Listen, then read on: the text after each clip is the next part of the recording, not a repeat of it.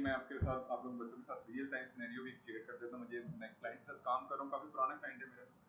तो इन्होंने मुझे बोला कि आप ना मुझे ये कर दो, ये एक वेबसाइट है, ये क्या काम करते हैं जी, ये ना एक अपनी प्रोडक्ट सेल करते हैं, ये वाली जो होती हैं शिप्स होती हैं, वो जाके छोटी जो बोट्स होती हैं, शिप्स की बोट्स, वो अगर उन्होंने जाके यहाँ पे ऐसे करना है ना, उसको इनक्लिप करना है विद लाइक दैट, ये पिक्चर से अंदाजा हो रहा होगा।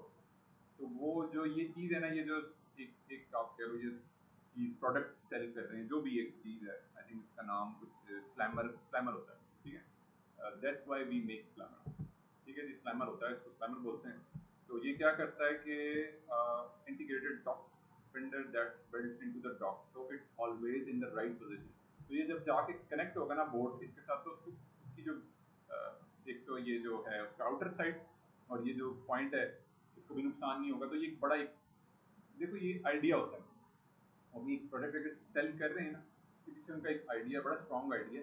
तो वो क्या कर रहे हैं कि कस्टमर को सहूलत प्रोवाइड कर रहे हैं कि यार आपकी इतनी महंगी बोर्ड है, जब वो कनेक्ट होगी तो जाके लगेगी, तो कोई चीज़ टूटने का अंदेशा है, कोई नुकसान हो सकता है, बड़ी महंगी महंगी बोर्ड होती है। जस्ट लाइक जैसे यहाँ पे हम गाड़ियाँ हैं, उनका बिजनेस हो रहा है, तो इसी तरह से ज़रा सा भी कोई मिरर टूट जाए तो वो अच्छा खासा 60-70 हज़ार का नुकसान हो जाता है। तो इसी चीज़ के हवाले से उन्होंने बोर्ड्स को सेव करने के लिए, उस प्रोडक्ट को उसके मुताबिक करने के लिए, स्ट्रक्चराइज करने के लिए उन्होंने क्या किया, एक प्रोडक्ट बना दी। अब वो क्या होगा कि जब ये कनेक्ट होगा ना इसके साथ, तो वो चीज़ कुछ ख़राब नहीं होगी ना। इवन ये कि ये भी जो बहुत महंगा लकड़ी का काम हुआ है, यहाँ पे साइड पे आप देख रहे हो, ये भी अच्छा खासा कॉस्टली काम है, वो दोनों एंड पे वो चीज़ें सेव। तो ये इस तरह की प्रोडक्ट है। ये मैं इसलिए शेयर कर रहा हूँ चीज़ें कि अपने ब्रेन को ना इन कामों के लिए इस्तेमाल करें, जहाँ हम बहुत सारी नेगेटिव अप्रोचों के लिए हम लेके चल रहे होते हैं, कुछ पॉजिटिव भी सोचें, कंस्ट्रक्टिव ना सिर्फ सोचें बल्कि उसकी इम्प्लीमेंटेशन भी करें और लीड करें, हेड करें। तो ये है जी इनकी वेबसाइट। इसमें इन्होंने मुझे बोला कि यार आप ना इस पे ये काम करवा रहे हैं, आजकल एसईओ रिलेटेड काम करवा रहे हैं, एसईओ सर्च इंजन ऑप्टिमाइजेशन, ठीक है। तो सर्च इंजन ऑप्टिमाइजेशन की जो रिकमेंडेशन है वो आ रही होती है गूगल एनालिटिक्स से, आ रही होती है गूगल टैग मैनेजर से, आ रही होती है, उसको हम GTM भी बोलते हैं टेक्निकल टर्म में, GTM गूगल टैग मैनेजर। इसके अलावा मैंने नाम लिया गूगल एनालिटिक्स का नाम लिया। तो ये सारी की सारी क्या है, फ्री ऑफ कॉस्ट गूगल की सर्विसेज हैं, प्रोडक्ट्स हैं। यहाँ से जाता हूँ मैं, ये क्लिक किया, ये आप सबको अवेलेबल है, जीमेल अकाउंट पे सबको अवेलेबल है। इवन ये कि आप अपना कोई वेबसाइट, जैसे अभी ये एक बच्चे ने अलीना ने अपनी वेबसाइट बना ली है ना, तो वो क्या कर सकते हैं, इस पे जाके गूगल एनालिटिक्स का कोड लगा सकते हैं for the sake of purpose, कि वो ये चेक करना चाह रहे हैं कि हमारी वेबसाइट पे क्या कितने कस्टमर आ रहे हैं दिन में, कितने कस्टमर विजिट कर रहे हैं, किस रीजन से आ रहे हैं, क्या जो मैंने प्रोडक्ट बनाई है उसके अकॉर्डिंगली मैं उस चीज़ को किस चीज़ मार्केट ऑडियंस को मैं टारगेट करूं और वहां जाके मैं अपनी प्रोडक्ट सेल करूं। तो ये आपको हेल्प आउट कहाँ से मिल रही है, सारी डिटेल्स कहाँ से फैच हो रही है, गूगल की जो बिल्ट इन प्रोडक्ट अवेलेबल है जिसको बोलते हैं गूगल एनालिटिक्स। ये मैंने इसी के अंदर ओपन करके मैं दिखा रहा हूँ, ताकि आप लोग ये ना कहो कि यार ये किधर से हो गया। With in your account, under your account आपके पास ये सारी प्रोडक्ट्स अवेलेबल हैं। यहाँ पे जाके ये मैंने डॉट्स के ऊपर क्लिक किया and then I am able to see all the products right.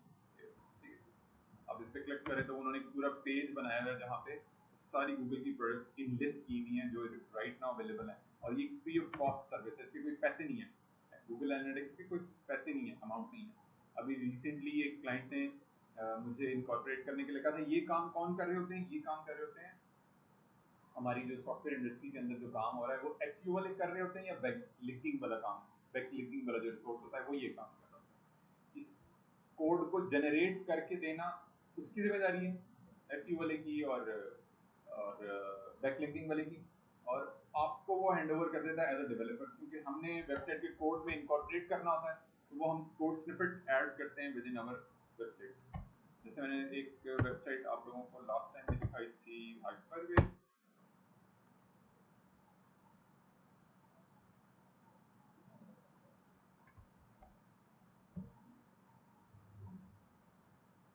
और इसको मैं करता हूँ जी view source, view page source, और मैं फाइंड करता हूँ ये जाके फाइंड Google Analytics.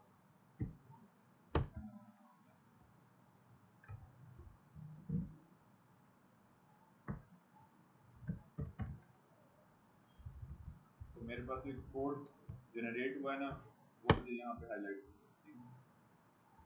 तो एक कोड स्निपेट होता है जिसको मैं यूज कर रहा हूँ फॉर द सेक कि यहाँ पे इस वेबसाइट पे किस किस रीजन से और क्या ट्रैफिक है, किस किस रीजन से विजिट किया जा रहा है और क्या ट्रैफिक है।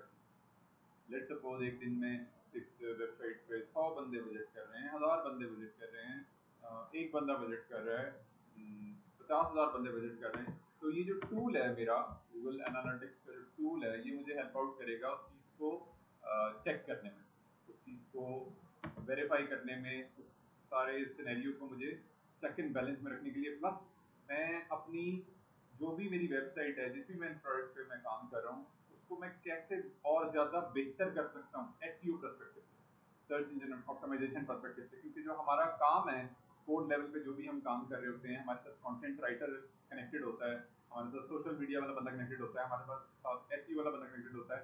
तो इन सारे बंदों की रिकमेंडेशन से हम अपने कोड को भी अपडेट कर रहे होते हैं, कोड लेवल पे उस स्ट्रक्चर को हम अपडेट कर रहे होते हैं।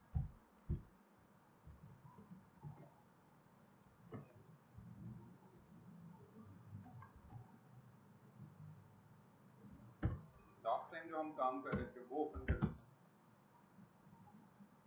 Visual studio code.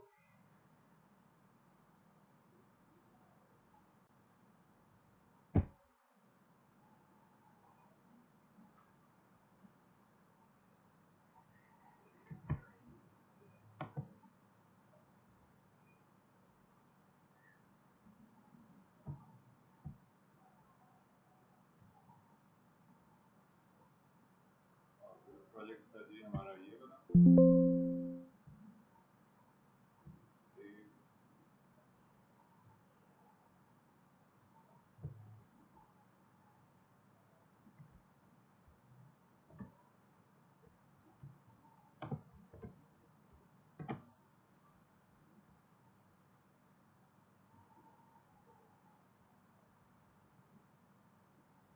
Online go live. Account create हो गए सब बच्चों के? आप दोनों बच्चों के भी अकाउंट क्रिएट हुए हैं उसके गिटहब के, वर्सल के? वैसे आपने ये स्क्रीनशॉट लेके बताना है ना मुझे, जब तक आप ग्रुप में मुझे बताओगे नहीं। करो इस प्रोसेस को अभी, जहाँ पे मसला आता है ग्रुप में शेयर करो, उसके अकॉर्डिंगली मैं आपको हेल्प आउट करूँगा। अगर इस तरह से कोई बच्चा आके स्टूडेंट मुझे भी बता रहा होता है ना, तो just we are talking in a lost galaxy, मुझे नहीं पता क्या बात कर रहे हो। जब तक मेरे पास कोई वो ही नहीं है कि मैंने किस तरह से आपको हेल्प आउट करना है, तो आप अपने क्लाइंट्स के साथ भी ना अपने ऐसे ही काम करना है। क्लाइंट को आप कह रहे थे यार ये काम मैंने कर दिया है, ये कोड मैंने कर दिया है, मुझे काम किया, ये आप लोगों ने बताना है, लिंक शेयर करना है, कोई स्क्रीनशॉट लेना है, कोई वगैरह वगैरह बहुत सारी चीज़ें जल्दी होती हैं। अच्छा जी, ये थी वेब पेज जिस पे हम काम कर रहे थे। और लास्ट टाइम जो मैंने एक चीज़ इम्प्लीमेंट करवाई थी, वीडियो का टैग भी देखा था हमने, ऑडियो का टैग भी देखा था, फॉर्म का टैग इस्तेमाल कर लेते हैं आज हम डिटेल में, ठीक है। कुछ मैंने चीज़ें बताई थी उसके बारे में, लेकिन आज हम मजीद एक्सप्लोर कर लेते हैं। हाँ, एक चीज़ और मैंने कही थी, मीडिया क्यूरीज के बारे में बताया था, वेरी स्ट्रॉन्ग। और उसके लिए मैंने फ्रेमवर्क को भी रिकमेंड किया था, मैंने टेलमेंट को भी रिकमेंड किया था। उसके लिए मैंने आप लोगों को अप, और मैंने रिकमेंड किया था बूटस्ट्रैप को, बिल्कुल। तो ये मैंने, हाँ, और W3 Schools बेसिक कॉन्सेप्ट के लिए W3 Schools को आप लोगों ने लाजमी याद रखना है। W3 Schools, a very helpful website, HTML।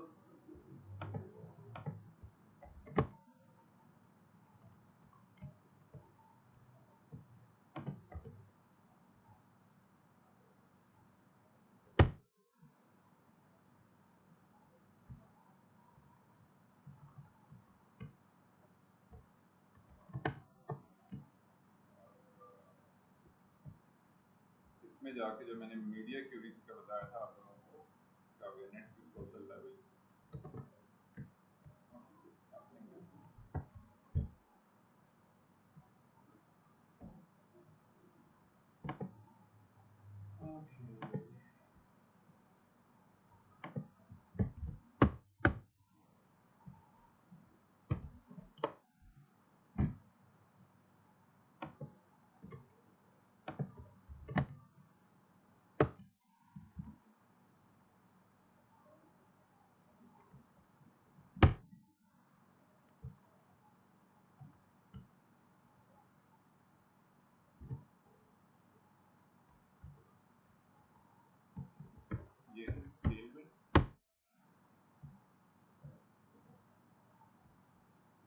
और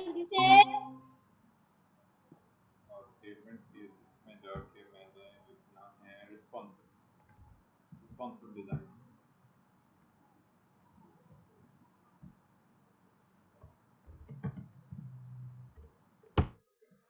और इसी तरह से मैंने बताया था आप लोगों को गेट बूटस्ट्रैप, और गेट बूटस्ट्रैप में जाके हमने जो चीज़ देखी थी वो थी हमारे पास मीडिया क्यूरी।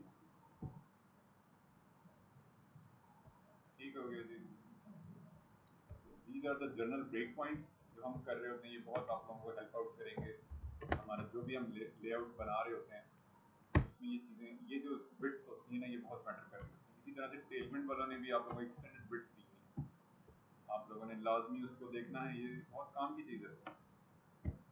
ये हर वक्त हम इसको ना एक तरह से स्ट्रक्चर को हम बना रहे होते हैं। मैंने लास्ट टाइम जिक्र किया था आप लोगों से कि जब भी हम अपनी वेबसाइट को क्रिएट करते हैं तो हमारा पहला फोकस ये होता है, बनाने के बाद डेस्कटॉप वर्जन बनाने के बाद हमारा पहला फोकस ये होता है कि हम उसका मोबाइल वर्जन रेडी करें और बेहतर से बेहतर करें। यूआई यूएक्स पर्सपेक्टिव से उसके स्ट्रक्चर को हम बेहतर से बेहतर करें, जितना बेहतर कर सकते हैं। उसकी यूजिबिलिटी जितनी बेहतर होगी, जितना इजीली कस्टमर उसको तो वेबसाइट को हमारी एक्सेस कर पाएगा, उसके ऊपर एलिमेंट्स को, जो भी प्रोडक्ट परचेज करना चाह रहा है, तो एक प्रोडक्ट बेस परचेज करने के लिए कोई वेबसाइट हमने डेवलप की है, और जितनी इजीली वो उसको प्रोडक्ट को परचेज कर लेगा उतना बेहतर है। हमारे एंड से, यानी कि डेवलपमेंट एंड से, हमने उसके लिए आसानी करनी होती है, ईज करना होता है, प्रोसेस को स्ट्रीमलाइन करना होता है, ताकि जितना भी प्रोसेस है स्पेसिफिकली खास तौर पे हम इस चीज़ पे फोकस कर रहे होते हैं कि अगर एक प्रोडक्ट का लैंडिंग पेज है, देन उसका product listing page, and then product detail page, और उसके बाद चेकआउट का जो प्रोसेस है उसको हमने बहुत ज़्यादा आसान बनाना होता है on specifically for mobile device. क्योंकि सबसे ज़्यादा जो ट्रैफिक जनरेट हो रही होती है वेबसाइट्स पे वो फ़ोन से हो रही होती है, और हमारा जो ज़्यादा एक लीड आप कह लो रेवेन्यू जनरेट हो रहा होता है वो मोबाइल कस्टमर से हो रहा होता है। डेस्कटॉप से भी हो रहा होता है, लेकिन मोबाइल कस्टमर ज़्यादा हमें एक अमाउंट जनरेट, रेवेन्यू जनरेट करके दे रहे हैं। तो उसके लिए अगेन मीडिया क्यूरी बहुत इंपॉर्टेंट रोल प्ले कर रही होती है। और इसमें जो इन्होंने बताया हुआ है स्पेसिफिकली टेलविंड वालों ने, ये सबसे लेटेस्ट और मॉडर्न तरीका है राइट नाउ मीडिया क्यूरीज लिखने का, लेटेस्ट तरीका है। और इसमें जो मैंने अभी ये कोड स्निपेट यहाँ ग्रुप में भी शेयर किया है, उनकी ऑफिशियल वेबसाइट पे भी आपको मिल जाएगा। अगर हम इसको पढ़ लें, एक दफ़ा देख लें, जो यहाँ लिखने का तरीका हमें बताया जा रहा है मीडिया क्यूरी को, जो लास्ट टाइम हमने लिखने का तरीका देखा था वो थोड़ा डिफरेंट था, स्लाइटली डिफरेंट है वो किस तरह से डिफरेंट है जी। अगर मैं जाता हूँ style.css के अंदर और मैं यहाँ पे देखता हूँ तो मैंने क्या किया था, मेन ये मैंने आप लोगों को उस दिन भी जब मैं मीडिया क्यूरी लिख रहा था मैंने आपको बताया था this is the old way to write media query, ठीक है, ओल्ड वे, क्लासिकल वे। तो इस वक्त जो लेटेस्ट तरीकेकार है मीडिया क्यूरी लिखने का वो ये वाला है, वो है जी ये वाला। मैं इसको ले लेता हूँ फॉर एग्जाम्पल मैं इसको ले लेता हूँ for my the device having width 640, minimum width 640, minimum width, breakpoint minimum width 640 pixels। यहाँ चलते हैं जी, हम इसको करते हैं कॉपी। मैंने ये वाला कोड स्निपेट चाहिए मुझे, वो मुझे गाइड कर रहा है कि आपका जो ब्रेक पॉइंट है ना, जब ये वाला फ्रेमवर्क हम यूज करेंगे अभी से आप लोगों ने किस चीज़ को समझने की कोशिश करना शुरू कर देनी है कि आगे चल के हमने जाना eight the end of the day frameworks के अंदर ही। ये कस्टम कोडिंग हम इसलिए कर रहे हैं ताकि हमारे कोर कॉन्सेप्ट क्लियर हो, स्ट्रॉन्ग हो, इजीली हम उन चीज़ों को अगर हम ऑप्ट करें, चाहें उसको तैयार करें, तो फ्रेमवर्क को depending on the project requirement, तो उसके लिए हमें इजी हो, कंफ्यूजन ना हो कि अच्छा यार ये क्या नई चीज़ आ गई, नहीं ऐसे ना हो, बल्कि हमें पहले से उन चीज़ों के बारे में पता हो, हमारे लिए इजी हो, जस्ट हम बिल्ट इन क्लासेस यूज करें और अपने स्ट्रक्चर लेआउट को हम बनाते जाएं क्विकली। अब से ऑनवर्ड्स हम इन चीज़ों को आहिस्ता अपने स्ट्रक्चर को स्विच करेंगे from the custom coding to the framework built in classes. हर क्लास को हम लिखेंगे नहीं बैठ के, बल्कि मैक्सिमम हम कोशिश करेंगे कि जो हमारी बिल्ट इन क्लासेस हैं फ्रेमवर्क की उनको इस्तेमाल करें, जैसे बूटस्ट्रैप की, जैसे टेलविंड की, अगर हम टेलविंड यूज करें, जैसे फाउंडेशन की, और कोई फ्रेमवर्क यूज करें, प्योर सीएसएस यूज करें, तो हम बिल्ट इन क्लासेस यूज करें और उसी के अकॉर्डिंगली अपने लेआउट को फ्रंट एंड पे बनाते चलें। अब से हम इस अप्रोच को ऑप्ट भी करेंगे। मीडिया क्यूरी वाले स्ट्रक्चर को मैं आप लोगों को इस्तेमाल करना बता दूं, जो मॉडर्न तरीका है लिखने का। मैंने क्या किया, जस्ट उस लाइन को कॉपी पेस्ट किया और इसके जो सेंट्रल 3 डॉट्स है ना, मैं इसको कर रहा हूँ रिमूव। और ये क्या टारगेट कर रहा है जी, ये मुझे बता भी रहा है, यहाँ पे गाइड कर रहा है कि ये आपकी मिनिमम विड्थ जो है 40 REM। जी बच्चे 5 का 40 REM का क्या मतलब है? REM REM के बारे में चल रहा है ना, काफी अच्छे से चल रहा है काम, हम कर रहे हैं, फॉन्ट साइजेस दे रहे होते हैं, हम विड्थ दे रहे होते हैं, एक्सेट्रा एक्सेट्रा। तो ये REM का क्या सीन है, इसके बारे में मैंने एक बेसिक लेवल का एक कॉन्सेप्ट दिया हुआ है आपको, यहाँ पे ऊपर लिखा भी हुआ है, फॉन्ट साइज 1.125 REM। बस आपने वो एक कोर कॉन्सेप्ट बता देना है ताकि आपको पता चल जाए आप सब बच्चों को कि ये REM की तरफ हम क्यों लिख रहे होते हैं। और ये मॉडर्न फ्रेमवर्क जो है हमारा टेलविंड का, उसके अंदर भी ये चीज़ अभी मैंने ओपन की है, जब तो ये डिस्प्ले कर रहा है। तो ये REM का क्या कॉन्सेप्ट है? No idea. जी बच्चे फातिमा, जी बच्चे आशी, REM का क्या कॉन्सेप्ट है? आशी चलिए, गुड। REM का कॉन्सेप्ट बच्चे ये मैंने आप लोगों को बताया था, हमारा जो बेस यूनिट है ना, जो हमारा बेस यूनिट है 16 पिक्सल फॉन्ट साइज के लिए इस्तेमाल कर रहे हैं। इसके लिए ये हम बताएंगे यहाँ पे फॉन्ट साइज बेस यूनिट कहाँ गया जी हमारा?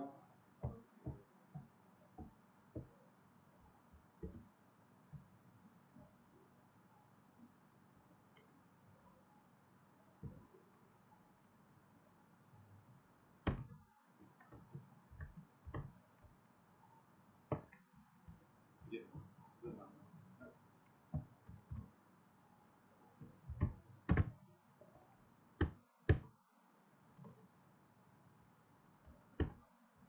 तो हमारा बेस यूनिट आ गया जी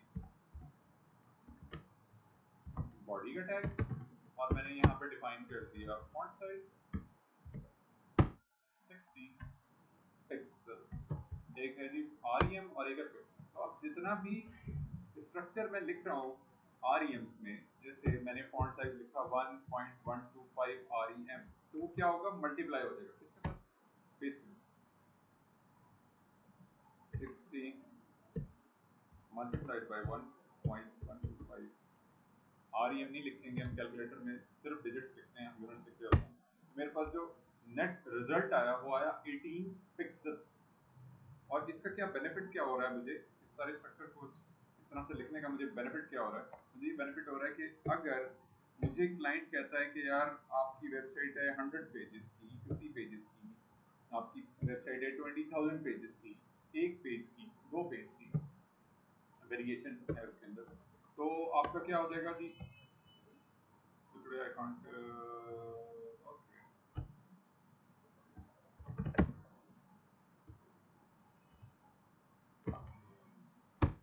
थैंक्स फॉर गेटिंग।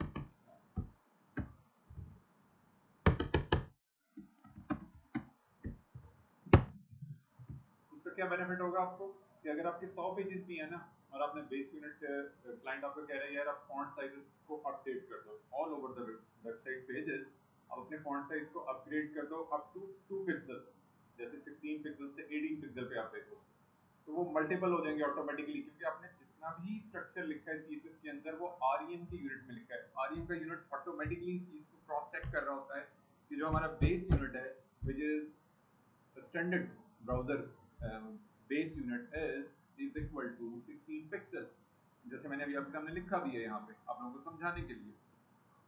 तो बाय डिफॉल्ट क्या होता है, 16 पिक्सल बाय डिफॉल्ट ब्राउजर का जो एक स्ट्रक्चर होता है फॉन्ट साइज के एतबार से बेस यूनिट जो होता है हमारा 16 पिक्सल होता है।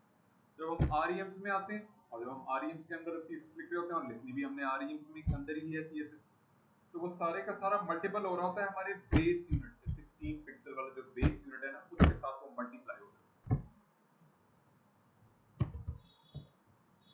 और मैं जो मीडिया क्यूरी में लेकर आया हूँ उसमें मुझे मिला हुआ है, कितना मिला है जी,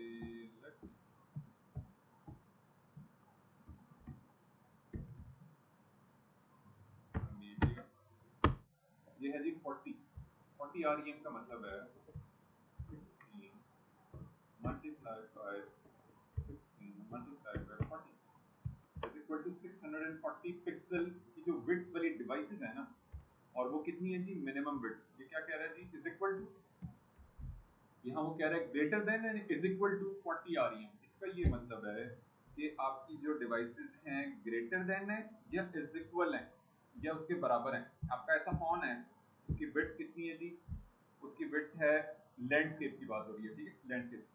पोर्ट्रे में ऐसा पॉसिबल ही नहीं है। पोर्ट्रे में मैक्स विड्थ कितनी आ रही है हमारे पास, वो हम कैसे चेक कर सकते हैं, हम करेंगे जी इंस्पेक्ट एलिमेंट करेंगे, इंस्पेक्ट एलिमेंट और टॉगल डिवाइस टूल बार का जो आइकन होता है हमारे पास डेव टूल के अंदर, क्रोम डेव टूल के अंदर टॉगल डिवाइस टूल बार का जो बटन होता है वो हमें हेल्प आउट कर रहा होता है हमें रिस्पॉन्सिव व्यू में स्विच करने के लिए। जैसे मैंने स्विच किया तो I am able to see all the break points within my browser. और वो कौन कौन से हैं जी, और स्पेसिफिकली अगर मैं फॉन्ट्स की बात कर रहा हूँ तो वो कौन कौन से जी हमारे पास, रिस्पॉन्सिव व्यू में जाता हूँ मैं,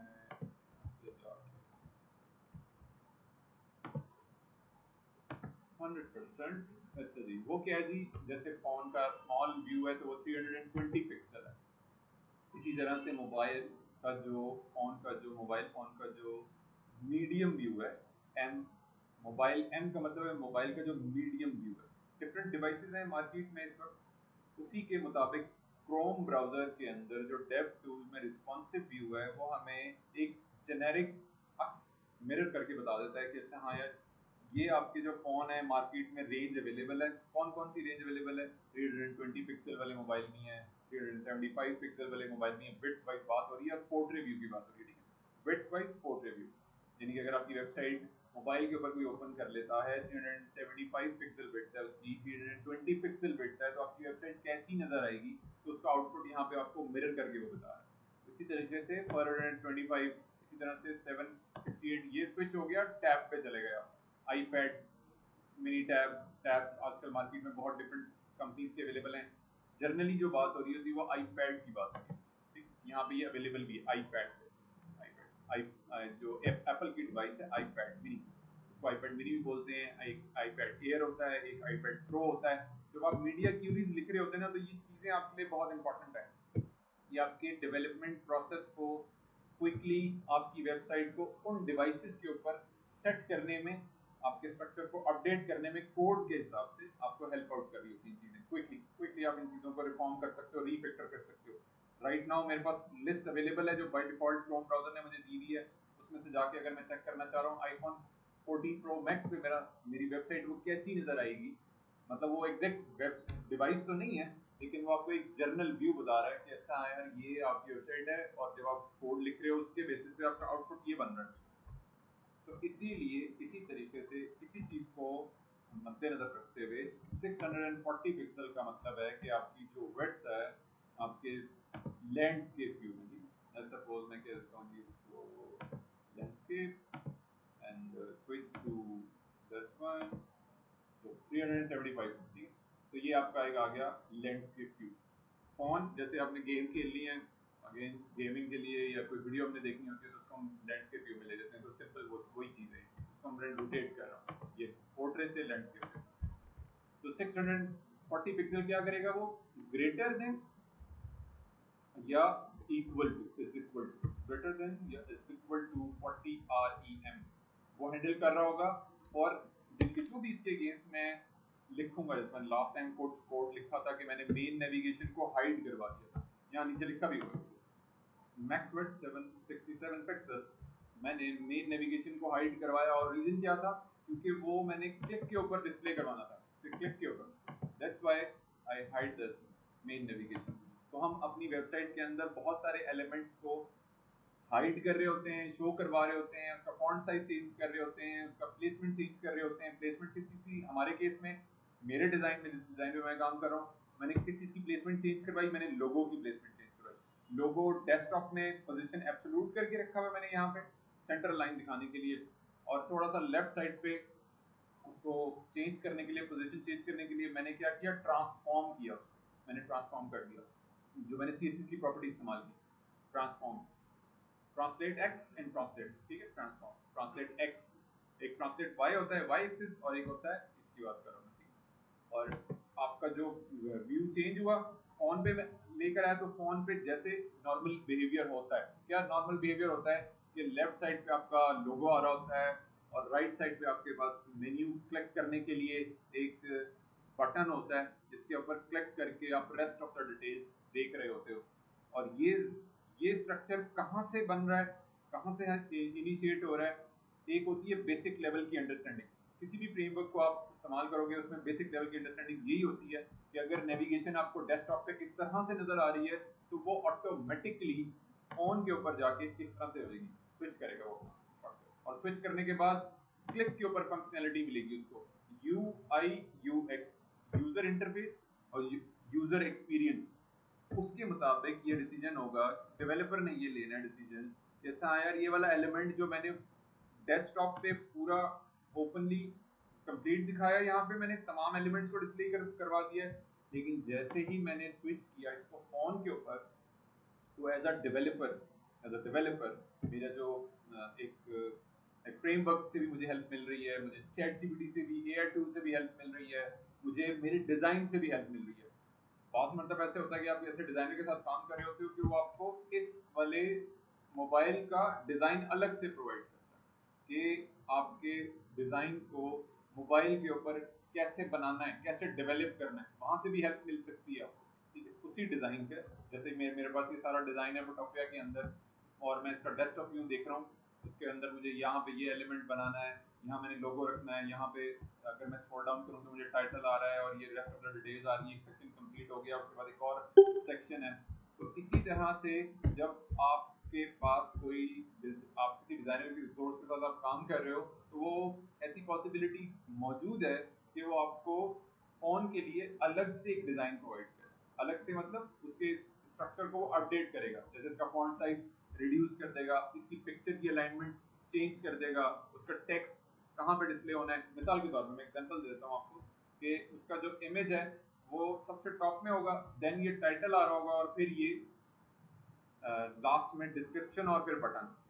तो ये क्या हो गया, इस कॉन्सेप्ट को जो मैंने बताया आपको, इस कॉन्सेप्ट को बोलते हैं स्टैकिंग का कॉन्सेप्ट। स्टैकिंग होती है मोबाइल फोन के अंदर, जब हम वेबसाइट बना रहे होते हैं तो वो स्टैकिंग के अंदर बन रही होती है। स्टैकिंग डेस्कटॉप में ऐसा नहीं होना। डेस्कटॉप में हमने डिस्प्ले फ्लेक्स की प्रॉपर्टी के जरिए पैरेलल दिखाई हुई है चीजें सारी, और वो हमने डिसीजन लिया है as per the design. Design के अंदर डिजाइनर ने लेफ्ट साइड पे इमेज रखा हुआ था, राइट साइड पे title, description, call to action button. उसी के मुताबिक हमने उन चीजों को बनाने के लिए सीएसएस में डिस्प्ले फ्लेक्स की प्रॉपर्टी इस्तेमाल की। और डिस्प्ले फ्लेक्स की प्रॉपर्टी में बाय डिफॉल्ट रो डायरेक्शन जो होती है, फ्लोट जो उसकी फ्लेक्स डायरेक्शन होती है वो रो होती है। रो मतलब एक ही लाइन में डिस्प्ले होता जाएगा। और इसी तरह से हमने फोन के अंदर वो चेंज कर रहे हैं तो हम क्या करेंगे, जो पेरेंट डिव है हमारा डिस्प्ले फ्लेक्स वो रहने देंगे। बाकी जो स्ट्रक्चर है हमारा, जो फ्लेक्स डायरेक्शन हमने चेंज करनी है, रो की बजाय कॉलम कर देंगे for the sake of stacking purpose. Stacking करने के लिए उसको चेंज करेंगे। इसी चीज को मैं यहाँ पे इम्प्लीमेंट, अभी जो चीज बताई है ना उसको इम्प्लीमेंट करेंगे। और ये 40 REM वाला स्ट्रक्चर भी आपको क्लियर हो गया कि अगर जैसे मैंने यहाँ पे ये पिक्सल में लिखा है, बस वो क्या कर रहा है उसको REM में लेके जा रहा है। आप लोगों ने इस वाले ही जो लेटेस्ट तरीका है मीडिया क्यूरी लिखने का, आप लोगों ने इसी को फॉलो करना है। ये आप लोगों ने कोर कॉन्सेप्ट को समझने के लिए मैंने लिखवाया है। ये ओल्ड फैशन्ड वे है कोड लिखने का, मीडिया क्यूरी का कोड लिखने का ओल्ड फैशन। जो लेटेस्ट तरीका चल रहा है मार्केट में, जो टेलमेंट के अंदर भी है, और फिर आपने at the end of the day टेलमेंट यूज करनी है रिएक्ट फ्रेमवर्क के साथ कॉम्बिनेशन के दौर पे आपने टेलमेंट यूज करनी है। तो आप लोगों ने अभी से इन चीजों को कोड लेवल पे भी समझ लेना है। आरईएम, परेशान ना हो जाएंगे आरईएम क्या हो रहा है, बल्कि उसने एक्सप्लेन भी किया हुआ है कि यार 40 REM basically is equal to 640 pixel. और वो आंसर मैंने आपको बता दिया, 16 से बेस यूनिट से मल्टीप्लाई होकर हमारे बन गया 640 पिक्सल। अच्छा जी, जो नेक्स्ट टास्क है हमारा वो हम अपडेट कर लेते हैं, क्विकली जाते हैं मोर। इसका जो फोन का व्यू है, बेसिक जो मुझे स्ट्रक्चर नजर आ रहा है ना, मैं इसको भी अपडेट कर लेता हूँ। इंट्रो का जो सेक्शन है ना, मैं इसको भी अपडेट कर लेता हूँ। इंस्पेक्ट एलिमेंट, इंस्पेक्ट एलिमेंट कैसे करते हैं, बस का पता है ना आपको इंस्पेक्ट एलिमेंट कैसे करते हैं? इस वेबसाइट पे आपको कहा जा रहा है एज इंटर्नी किसी कंपनी में आप हायर हो जाते हो, वहाँ आपको कहा जा रहा है आप डेवलपर हो, ऑब्वियसली डेवलपर हो, इंटर्नी डेवलपर। तो आपने उसको करना है, इंस्पेक्ट एलिमेंट करना है। कैसे करोगे? अभी मैंने किया भी इंस्पेक्ट एलिमेंट।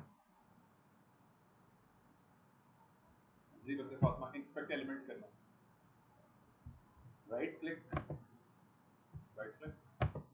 और उसके बाद इंस्पेक्ट एलिमेंट। आसान है,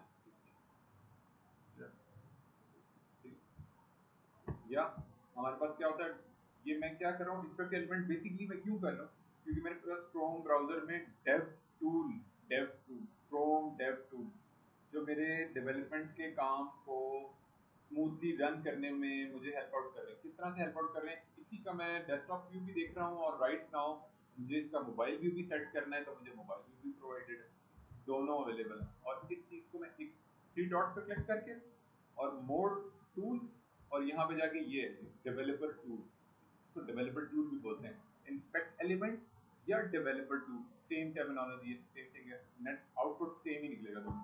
इंस्पेक्ट मैंने किया उसको डेवलपर टूल किया, तो वो उसने स्विच कर दिया, क्योंकि अभी मैंने किया हुआ था, उसको चेंज किया था मैंने टॉगल डिवाइस टूल पर, तो मैंने जो नेक्स्ट डेवलपर टूल ओपन किया ना, वो भी उसने उसी पैटर्न पे ओपन कर दिया। तो मैं इसे स्विच बैक कर सकता हूँ। राइट नाउ ये वाला बटन सिलेक्टेड है, टॉगल डिवाइस टूल बार का बटन सिलेक्टेड है, वो हाईलाइटेड है, यहाँ पे आपको नजर भी आ रहा होगा, जैसे कलर उसका चेंज है, ठीक है, ब्लू किया है उसने, तो लाइटर इफेक्ट दिया हुआ है ब्लू टोन में। तो मैं कह रहा हूँ स्विच करना चाह रहा हूँ वापस डेस्कटॉप व्यू में, तो मैं इसी को दोबारा क्लिक करूंगा, तो आई एम एबल टू, और इसकी पोजीशन चेंज करूंगा, चेंज द पोजीशन, तो मेरे पास आ गया ये डेस्कटॉप व्यू। ठीक, अब मैं जब इंस्पेक्ट एलिमेंट करूंगा, तो now I am able to see the desktop view as well as the phone view. Phone view for this tab मैंने दोनों एक ही वेबसाइट दो डिफरेंट टैब में ओपन कर ली है, एक में मैं उसका मोबाइल व्यू सेट करता जा रहा हूँ और एक में मैं उसका डेस्कटॉप व्यू सेट करता जा रहा हूँ। और रन टाइम पे मैंने दोनों व्यूज ओपन किए हुए, क्यों, रीजन क्या है उसका, क्योंकि मैं अगर कोड के अंदर कोई चीज ऐसी लिख देता हूँ, तो मीडिया की ऐसी लिख देता हूँ, तो मैं दोनों पेजेस को, दोनों टैब्स को मैं उसको चेक भी करूंगा, रीलोड भी करूंगा, चेक भी रखूंगा उस पर कि कहीं मेरे कोई कोड लिखने से कहीं मेरे डेस्कटॉप पे तो वेबसाइट खराब नहीं हो रही, या मेरे फोन के ऊपर तो कोई इफेक्ट नहीं हो रहा। अगर वो डेस्कटॉप के लिए मैं लिख रहा हूँ या मैं फोन के ऊपर लिख रहा हूँ, ऑब्वियसली मीडिया कीज आ गई हैं, वो डिफरेंट डिफरेंट चीजें चल रही हैं, तो इन चीजों को parallel side by side rock solid बनाने के लिए मैं अलग अलग दोनों टैब में ओपन करके रखूंगा। क्योंकि मैंने आप लोगों को पहले बताया कि अब इस वक्त राइट नाउ मार्केट में जितना भी काम हो रहा है, ज्यादा फोकस किया जा रहा होता है फोन वाली वेबसाइट के ऊपर, ज्यादा ट्रैफिक उसके ऊपर आ रही है। मैंने क्या किया जी, इसको न्यू विंडो में मूव कर दिया अपनी आसानी के लिए, ताकि मैं, क्योंकि मुझे ऑल्ट टैब के जरिए ना स्विच करके, और मेरे लिए कन्वीनियंट हो जाता था। तो मैं क्या क्या हो गया जी, ये मेरा कोड का टैब आ गया जहाँ पे मैं कोड कर रहा हूँ विजुअल स्टूडियो कोड के अंदर, और ये मेरा डेस्कटॉप व्यू आ गया, तो माय डेस्कटॉप व्यू, और ये मेरा फोन का व्यू आ गया। तो right now I am targeting the phone view to fix this, क्योंकि ये जो हेडिंग है ना वो व्यू से बाहर जा रही है, व्यू से बाहर जा रही है, और मेरा जो हेडर का कंपोनेंट है वो बहुत उसको मैं गैप उसका कम करना चाह रहा हूँ। यूजुअली ऐसा होता नहीं है, तो साथ ही तो ऊपर यहाँ से लोगो तकरीबन स्टार्ट हो रहा होता है, कोई 20 to 30 पिक्सल का ऊपर से मार्जिन होता है, स्पेस होती है, स्पेस, मार्जिन नहीं स्पेस, मार्जिन और पैडिंग को एज पर अकॉर्डिंग टू द एलिमेंट आप डिसाइड कर रहे हो, स्पेस 20 पिक्सल या 30 पिक्सल की ऊपर स्पेस होगी, और उसके बाद ये जो टाइटल आ रहा है ना, इसको मैं रिड्यूस करूंगा, विद इन द स्क्रीन लेकर आऊंगा। आईफोन का जो मैंने कौन सा फोन सेलेक्ट किया है, SE, आईफोन 14 प्रो मैक्स, अगर मैं चेंज करता हूँ 12 pro max, Samsung ultra, yes 20 ultra, और इसके बाद क्या है जी, अच्छा ये मैं जब चेंज कर रहा हूँ ना डिवाइसेस, तो आप लोग देखो ऊपर पिक्सल्स चेंज हो रहे हैं, जो इन डिवाइसेस के मार्केट में पिक्सल्स है ना राइट नाउ अवेलेबल है जो मार्केट में, वही पिक्सल्स आपको यहाँ क्रोम ब्राउजर के अंदर डिस्प्ले हो रहे हैं, ठीक है। 412 पिक्सल का मतलब है कि अगर आप गैलेक्सी फोन ले लेते हो, आपके पास अवेलेबल है, किसी कंपनी में आप काम कर रहे हो, उन्होंने टेस्टिंग पर्पज के लिए सैमसंग गैलेक्सी S20 अल्ट्रा आपको दिया हुआ है एज अ डिवाइस के तौर पे डेवलपर टेस्टिंग के लिए, तो उसकी जो विड्थ होगी ना वो 412 पिक्सल होगी, पिक्सल्स की बात होगी। ये जितना भी वेब स्ट्रक्चर है, मैंने लास्ट टाइम बताया था आपको कि अगर हम एक वेबसाइट को प्रो मैक्स मैकबुक प्रो पे ओपन करते हैं, तो वो 2560 पिक्सल, 2560 पिक्सल से मिल के वो स्क्रीन बन रही होती है, पिक्सल्स की बात होती है। इसी तरह से ये 412 पिक्सल, इसी तरह से 14 प्रो मैक्स 430 पिक्सल। और मैं अगर रिस्पॉन्सिव व्यू में आ जाता हूँ, तो रिस्पॉन्सिव व्यू क्या है कि राइट नाउ जो मेरी स्क्रीन ओपन है और मैंने यहाँ पर सेलेक्ट किया हुआ है 420, ये मेरा क्या आ गया, एक रिस्पॉन्सिव व्यू आ गया। पोर्ट्रे को मैं टारगेट कर रहा हूँ, फोन के पोर्ट्रे व्यू को टारगेट कर रहा हूँ और उस पे जाके मैं अपने एलिमेंट्स को सेट कर रहा हूँ, जैसे मैंने लास्ट टाइम भी ऐसे ही स्विच करके किया था। और यहाँ पे मैंने क्या करना है, सबसे पहले जो ये मेरा हेडर का कंपोनेंट आ रहा है ना, जो मैंने हेडर का कंपोनेंट है, हेडर का कंपोनेंट कौन सा वाला जी, ये आ गया जी। तो यहाँ पे राइट साइड पे आपको इसके अंदर ये इंस्पेक्ट एलिमेंट जो हमने किया हुआ है, टेक्निकली कॉल्ड इंस्पेक्ट एलिमेंट, और एलिमेंट के अंदर जो फर्स्ट टैब है, कंसोल है, सोर्सेज है, नेटवर्क है, परफॉर्मेंस है, हर टैब की अपनी अहमियत है।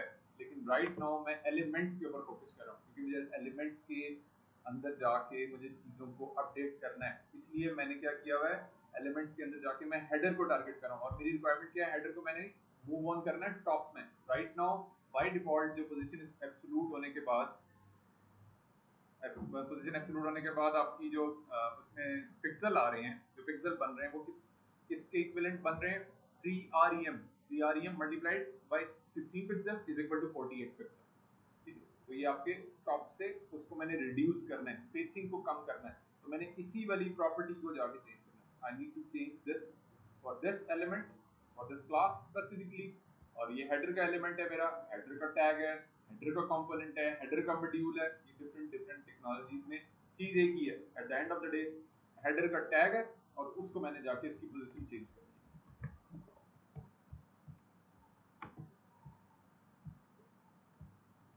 So and to the header, तो मैं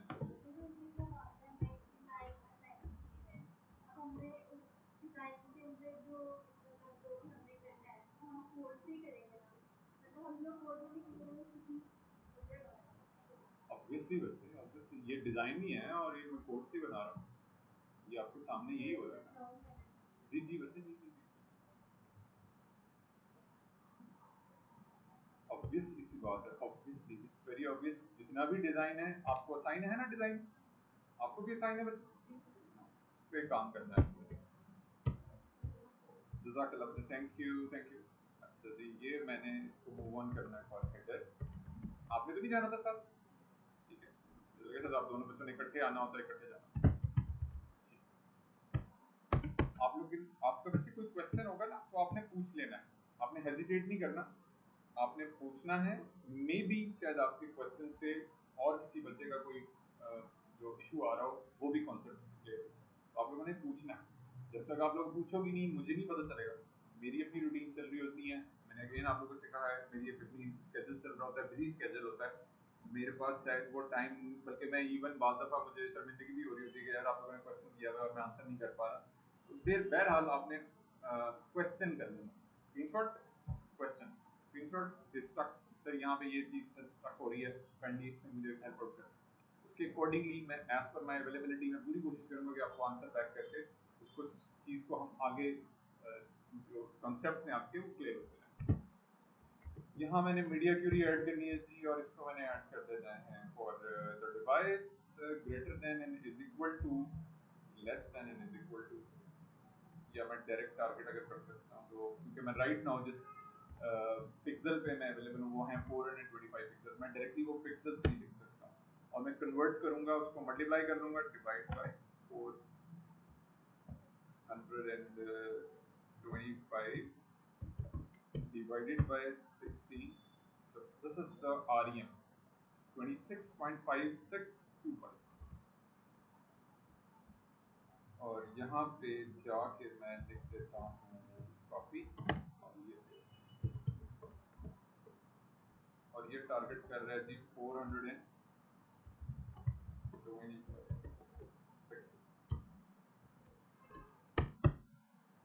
यहाँ पे जाता हूँ जी, मैं हेडर लिखता हूँ, और हेडर में जाके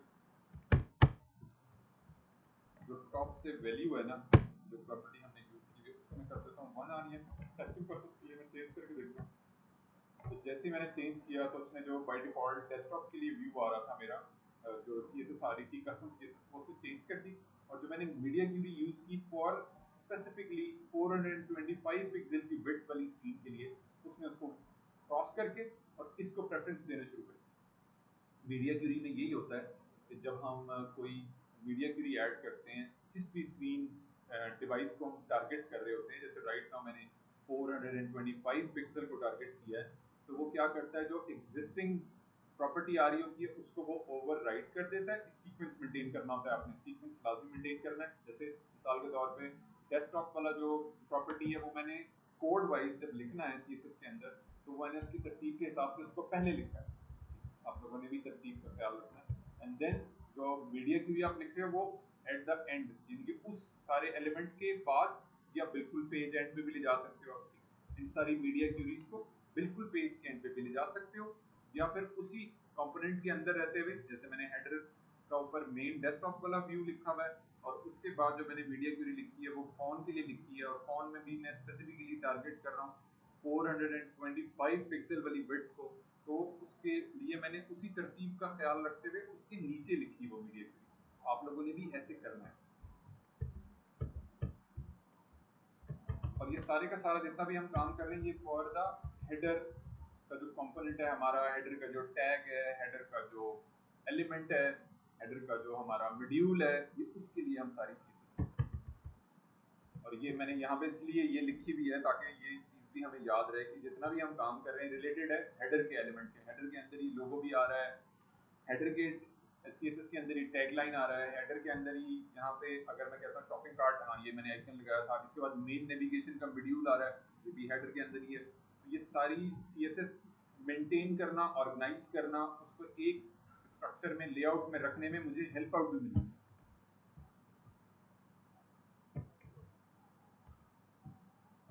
मैं स्पेस को इसको कम करता हूँ जी, पैडिंग मैंने यहाँ पे दी हुई है, पैडिंग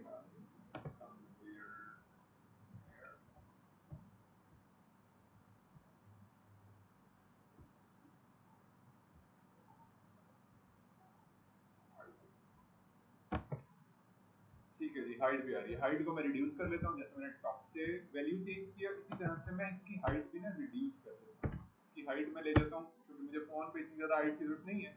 तो I can if I give the property auto done, और इसी तरीके से मैं इसकी हाइट भी चेंज, लेट्स सपोज मैं कर देता हूँ 2 REM is equal to 32 pixel almost, 16 multiply by 2 32 pixel. Okay done. तो यहाँ पे आ रही है गलत पैडिंग, इसके अंदर भी हाइट आ रही है। ओके, दो हाइट आ रही हैं, इसको मैंने कर देना है चेंज। जैसे मैंने मेन एलिमेंट के लिए हाइट चेंज की है, मैं इसमें इसके लिए भी जाके इसी मीडिया क्यूरी को मैं मूव ऑन कर लेता हूँ आफ्टर दैट सीएसएस प्रॉपर्टी। तो मैंने क्या किया, इसकी प्लेसमेंट चेंज कर दी क्योंकि मैंने सीक्वेंस मेंटेन रखना है, मीडिया क्यूरी को मैंने एंड पे रखना है ताकि वो उसके साथ कॉन्फ्लिक्ट ना हो एग्जिस्टिंग प्रॉपर्टी के साथ, डेस्कटॉप वाली प्रॉपर्टी के साथ। मैंने इस चीज़ को मेक श्योर करना होता है कि अगर मैं कोई मीडिया क्यूरी लिख रहा हूँ फॉर फोन तो मेरा लेआउट डेस्कटॉप पे खराब ना हो। और यहाँ पे मैंने हाइट क्या करनी है, change for the container, header container की हाइट मैंने कर देनी है चेंज, हाइट ऑटो। ये मैं टेस्टिंग पर्पस के लिए कर रहा हूँ, ठीक है। तो जैसे ही मैंने हाइट ऑटो किया तो उसने उसको सेट कर दिया। पहले वो उसको हाइट ज्यादा ले रहा था और यहाँ पे नीचे आपको कट होके यहाँ पे डिस्प्ले भी वो कर देगा कि आपने जो मीडिया क्यूरी लेटेस्ट वाली लगाई है उसके मुताबिक उसने उसकी हाइट कर दी है ऑटो। और जो पहले डेस्कटॉप के लिए आपका, अच्छा डेस्कटॉप में ना हमने चेक भी रखा, डेस्कटॉप में मेरा व्यूज खराब नहीं हो रहा, डेस्कटॉप पे सब ओके चल रहा है, इस चीज को आप लोगों ने चेक भी करते रहना है। जब भी हम किसी वेबसाइट को रिस्पॉन्सिव कर रहे होते हैं और अगर हम कस्टम कोड लिख रहे हैं, जैसा कि हमने कस्टम कोड लिखा भी हुआ है, बहुत रेयर होता है, ऐसे जनरली नहीं होता क्योंकि जब हम फ्रेमवर्क यूज कर रहे होते हैं तो हमें जरूरत नहीं होती कस्टम कोड लिखने की, बिल्ट इन क्लासेस के जरिए हम ये काम कर रहे होते हैं सारे का सारा। तो जब आपको कोई ऐसा काम अगर मिल ही गया है जो कस्टम कोडिंग करनी पड़ रही है तो आपने इस चीज को मेक श्योर रखना है कि आपने एक व्यू ओपन कर लेना है डेस्कटॉप का और दूसरा व्यू ओपन कर लेना है अपने फोन का, और फिर आपने जाके कोड के अंदर चेंजेस करनी है और इस चीज को क्रॉस चेक में भी रखना है कि कहीं मीडिया क्यूरी लिखने से कि डेस्कटॉप व्यू तो खराब नहीं हो रहा, क्योंकि वो भी आपकी एफर्ट है, आपने एफर्ट पुट की हुई है उस चीज को, पेज को बनाने में घंटों की एफर्ट लगी है आपकी। तो ऐसे ना हो कि एट द एंड आप वेबसाइट फोन पे तो सेट कर लें लेकिन डेस्कटॉप पे तबाही मच जाए, तो ऐसा नहीं करना आपको। अच्छा जी, यहाँ पे जाके मैंने एक स्ट्रक्चर मूव ऑन कर दिया, ये वाली प्रॉपर्टी दो, अब इस मीडिया क्यूरी के अंदर दो प्रॉपर्टीज कंबाइन होंगी, ठीक है। एक हेडर की जो मेन पेरेंट एलिमेंट है और उसके बाद जो उसके अंदर आने वाला जो डिव कंटेनर है उसकी भी हाइट जो है वो मैंने ऑटो कर दी है, या अगर मैं सेम हाइट में रखना चाह रहा हूँ तो मैं 2 REM रख सकता हूँ, सेम उसी हाइट में जो पेरेंट की हाइट है वही कंटेनर की हाइट रखना चाह रहा हूँ तो मैं 2 REM भी रख सकता हूँ। तो ये मैंने 2 REM किया तो वो उसने इसका स्ट्रक्चर अपडेट। अब मैं टॉप से जाके कुछ इंक्रीज कर देता हूँ स्पेसिंग, और ये टॉप की जो प्रॉपर्टी है तभी काम कर रही है क्योंकि मैंने पोजीशन एब्सोल्यूट किया है या पोजीशन रिलेटिव किया हो। पोजीशन एब्सोल्यूट के केस में हम ज़्यादा और पोजीशन फिक्स के केस में हम इन प्रॉपर्टीज का इस्तेमाल कन्वीनियंटली कर रहे होते हैं। क्यों? वो चीज़ इस चीज़ को कंट्रोल करने में हेल्प आउट करेगी। जो बेसिक प्रॉपर्टी है पोजीशन एब्सोल्यूट की या पोजीशन फिक्स की, और वो उस चीज़ को कंट्रोल करने में हेल्प आउट करेगी। और मैंने 2 REM कर दिया इज इक्वल टू 32 पिक्सल, तो ये ऊपर से यहाँ से स्पेसिंग बेस्ट हो गई है, एक्सेप्टेबल हो गई है। और लेफ्ट और राइट से भी कुछ स्पेसिंग ऐड कर देते हैं, प्रोबेबली व्हाट इज दिस। और यहाँ पे जाएंगे जी हम हेडर, यस राइट नाउ देखो लेफ्ट से और राइट से 0 है तो, और डेस्कटॉप। तो मैं क्या करता हूँ, for phone I add this property to left is equal to 1 REM is equal to 16 pixels, और इसी तरह से right 1 REM is equal to 16 pixels। तो ये मैंने यहाँ लिख भी दिया, मेंशन भी कर दिया कि 1 REM is equal to 16 pixels। और इसी तरह से यहाँ भी मैंने मेंशन कर दिया 1 REM is equal to 16 pixels, the base unit, this is called the base unit। अभी मैं लिख भी देता हूँ base unit। जब आप लोग यहाँ पे बना रहे होंगे तो लाजमी इस कोड को भी एक दफ़ा ओपन करके देख लीजिएगा, रेफरेंस कोड को भी देख लीजिएगा, उससे भी आप लोगों को पता चल जाएगा क्या बात हो रही है यहाँ पे। अगेन जब आप लोग खुद लिखोगे कोड तो ज़्यादा बेहतर समझ आएगी। देखें देखें जैसे ही मैंने लेफ्ट से और राइट से एक स्पेसिंग ऐड की, या मैंने लेफ्ट से एक प्रॉपर्टी ऐड की और राइट से एक प्रॉपर्टी ऐड की, टेक्निकल टर्म में मैं बात करूं तो जनरल टर्म में मैं बात करूं तो मैंने स्पेसिंग ऐड की from left and right and from the top. और टेक्निकल टर्म में मैं बात करूं, सीएसएस सेंटर में बात करूं तो मैंने क्या किया, मैंने पोजीशन एब्सोल्यूट के कॉम्बिनेशन के साथ या पोजीशन फिक्स के कॉम्बिनेशन के साथ, दोनों केसेस हो सकते हैं। अभी मैं पोजीशन फिक्स का भी कॉन्सेप्ट बता देता हूँ आपको, साथ ही इसी चीज के साथ इंक्लूड कर देता हूँ। एक आपने जब लेफ्ट से प्रॉपर्टी दी 1 REM तो उसने एक ब्रीथिंग स्पेस मार्जिन दे दिया, स्पेसिंग दे दी, एक पैडिंग दे दी, एक अच्छा लग रहा है यूआई यूएक्स पर्सपेक्टिव से हम देखें तो अगर इस वेबसाइट को फोन पे कोई यूजर ओपन कर लेता है और उस फोन की विड्थ कितनी है 425 पिक्सल, तो वो क्या होगा, उसका जो लेआउट है वो उसको बेहतर लगेगा, उसकी यूजिबिलिटी उसकी बेहतर होगी, उसको अच्छा दिखेगा। ना कि अगर मैं ऐसे ही बना देता, ये बहुत बुरा लग रहा था लास्ट टाइम भी जब हमने इस पे काम किया था, जब मैंने इसको हाइड किया था नेविगेशन को तो वो ओवरलैप कर रहे थे। अगर मैं यहाँ पे जाकर इसको वापस इनेबल करता हूँ, मेन नेविगेशन पर डिस्प्ले नन खत्म करता हूँ तो यहाँ से वो नजर भी आ जाएगा आपको। जैसे मैंने खत्म किया एंड गो टू तो ये सारा ओवरलैप कर रहा है, इट्स नॉट गुड।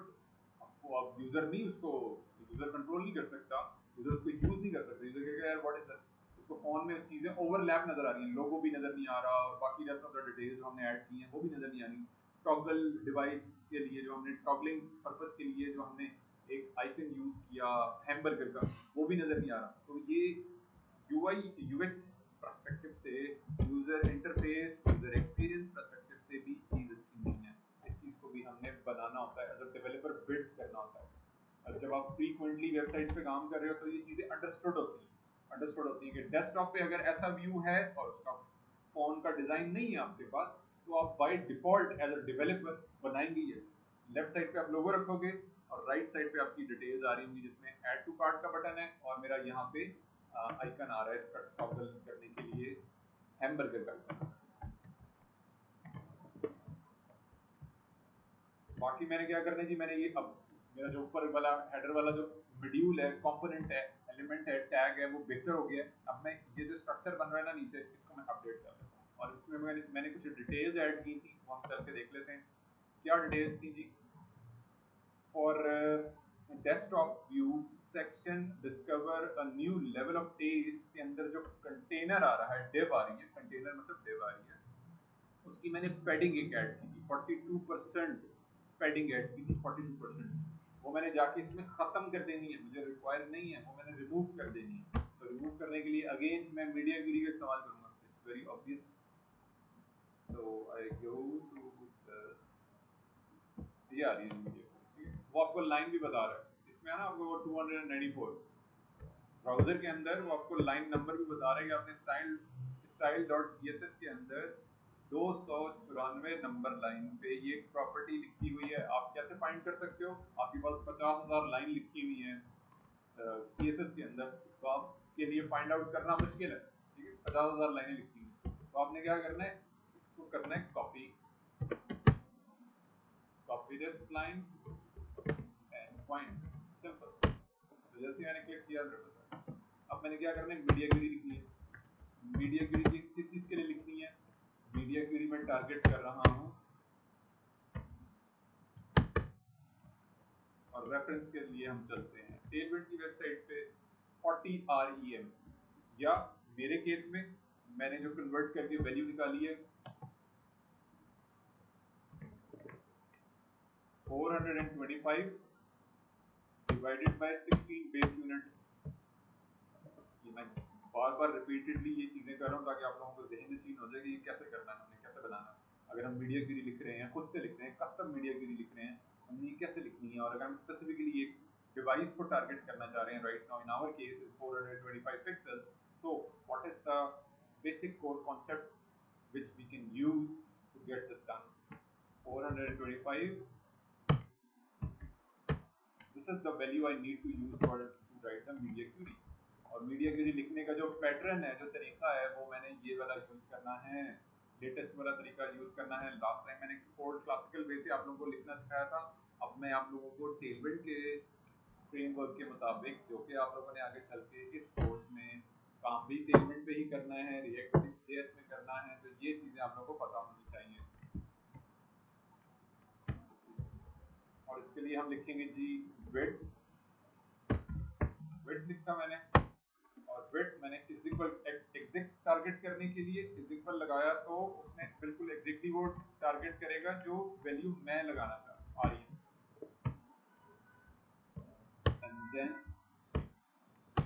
इस केस में मैंने पैडिंग नहीं देनी। अब मेरे पास ये वाला एलिमेंट है जिसको मैं टारगेट कर रहा हूँ, सीएसएस लिखी हुई है ऑलरेडी, सीएसएस लिखी हुई है, एग्जिस्टिंग सीएसएस को मैं ओवरराइट करवाना चाह रहा हूँ using the media query for the sake of this is the media query written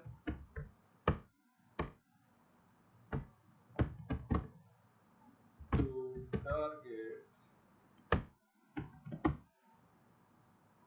device having width 425 pixels।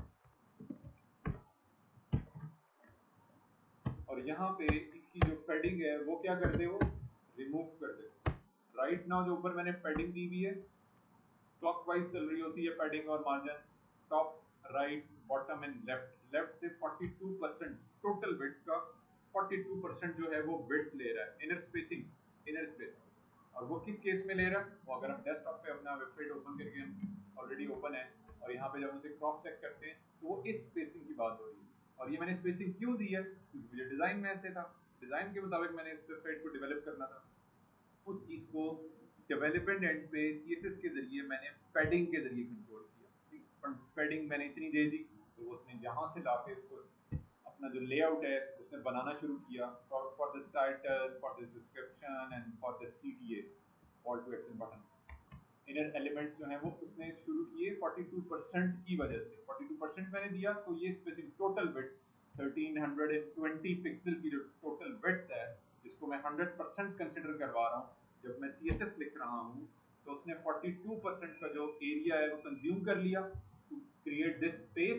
और बाकी रेस्ट ऑफ द स्पेस के, यानी कि 42% में से अगर हम 100 में से 42% माइनस कर दें तो 58% पे ये सारा स्ट्रक्चर बना हुआ है, दिस ऑल स्ट्रक्चर। और ये 100% किसका है, 1320 पिक्सल का, जो कि एक्सटेंडेड विड्थ है। जब हम डेस्कटॉप की डिवाइस के लिए वेबसाइट बना रहे होते हैं, स्टैंडर्ड डेस्कटॉप लैपटॉप डिवाइसेस के लिए हम वेबसाइट बना रहे होते हैं, तो उसकी जो स्टैंडर्ड विड्थ होती है within our CSS it is equal to 1320 pixel. और मैंने इसको क्या कर दिया जी, सेव किया, क्योंकि मैंने ओवरराइट करवाना है, उसको चेंज करना है मैंने उस वैल्यू को। ऐसे भी लिख सकता हूँ मैं, ये भी ठीक है, एक ही वैल्यू मैंने असाइन कर दी, या क्योंकि मैंने तमाम from top, from right, from bottom, from left, मैंने उसको वैल्यू को चेंज करना था, तो मैंने एक्यूरेटली इस तरह से भी वैल्यू दे सकता हूँ। वरना अगर मैं इसी पैटर्न को फॉलो करना चाह रहा हूँ जो मैंने ऑलरेडी लिखा हुआ है, तो from top it is equal to 0, from right is equal to 0, for bottom, and then from last वाली जो वैल्यू है ये आपको टारगेट कर रही है फ्रॉम लेफ्ट, और लेफ्ट साइड ही को मैंने बेसिकली ओवरराइड करवाना है मेरे फोन के बेस। तो मैंने जैसे ही उसको जाके चेंज किया, तो अब उसने जो वैल्यू आ रही थी 42% की, जो कि डेस्कटॉप के लिए टारगेट थी राइट नाउ, लेकिन मैंने उसको सेपरेट कर लिया, डिफरेंट डिफरेंट कर लिया एक्सप्लिसिटली इस डिवाइस के ऊपर, जिसकी विड्थ 425 पिक्सल है, और वो मैंने टारगेट किया REMs के जरिए। जो लिखने का तरीका है मेरा कोड के अंदर, मीडिया क्यूरी के अंदर, वो मैंने क्या किया 26.5625 REM, और मैंने वैल्यू चेंज कर दी, और मैंने चेंज करके 0 जब वैल्यू चेंज की, तो वो ऑटोमेटिकली स्पेसिंग का मसला मेरा रिजॉल्व हो गया। ये स्पेसिंग का जो मसला है और फोन इट इज रिजॉल्व। और बाकी जो मेरे रेस्ट ऑफ द एलिमेंट्स हैं उसके लिए भी मैं मीडिया क्यूरी लिखूंगा।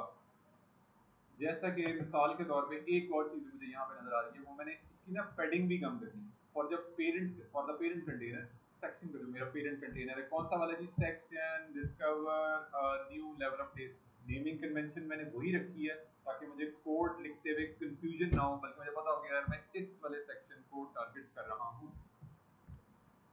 और वो मैंने जाके वैल्यू चेंज करनी है फॉर दिस, एंड ये आ गया जी मेरा सेक्शन। क्लासेस मैंने लगाई हुई है ऑलरेडी, बिल्ट इन क्लासेस चल रही हैं, उसी को मैं मॉडिफाई कर रहा हूँ। डेस्कटॉप की बिल्ट इन क्लासेस है, उसको मैं मॉडिफाई कर रहा हूँ for specific phone device having width 425 pixel.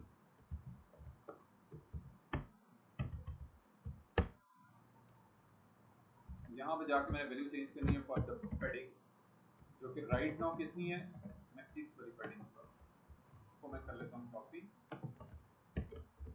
और मैंने यहाँ फोन के लिए इसको रिड्यूस कर दिया अप टू 10 की बजाय हाफ कर दिया, मैंने इसको 5 कर दिया, और इसको मैंने हाफ कर दिया 2 कर दिया।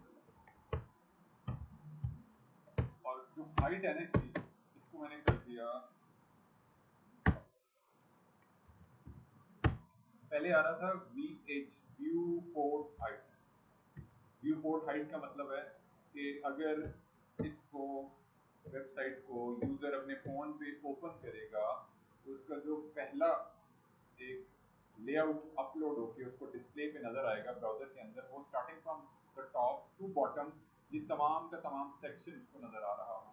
VH का मतलब ये होता है view port height, starting from the top and up to the bottom, starting from the top VH view port height.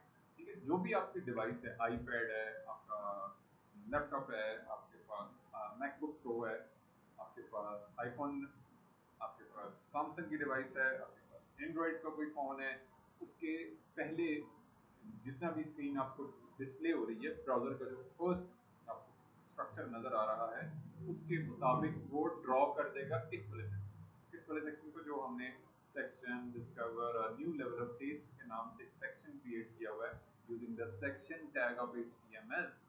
उसको वो टॉप टू बॉटम कैनवस के ऊपर ड्रॉ कर देगा, ब्राउजर के कैनवस के ऊपर बना देगा, बिल्ड कर देगा, ड्रॉ कर देगा बाय यूजिंग दिस वैल्यू, जो कि VH यूज हो रही है राइट नाउ।